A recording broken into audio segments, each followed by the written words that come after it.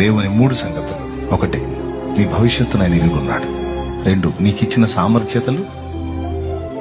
నీ భవిష్యత్తు నీకు తెలియదు, ఆయన తెలుసు. నీకున్న సామర్థ్యాలు నీకు తెలియదు, ఆయన తెలుసు. అంతేకాదు, నువ్వు ఏ మోతాదులు మోయగలవో, ఎంత శోధన తట్టుకోగలవో అది కూడా ఆయనకు తెలుసు.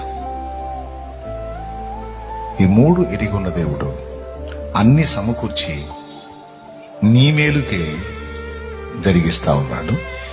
దాని రిజల్ట్ అనేది ఫ్యూచర్లో ఇంకా కొంతకాలంలో నువ్వు పొందుతా, నేను పొందుతా.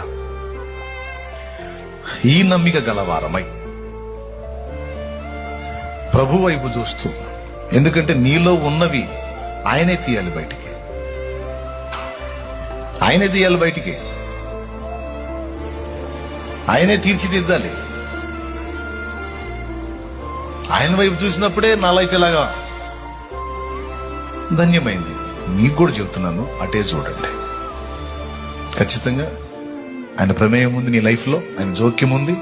నీ జీవితంలో ఇప్పటి వరకు ఎదురైనవన్నీ కూడా ఆయనకు తెలియకుండా జరగలేదు, మొత్తం తెలుసు, అన్ని చూస్తున్నాడు. తప్పకుండా ఇవన్నీ కూడా నీకు ఫేవర్గా మారేటట్టు ఆయన చేయబోతున్నాడు.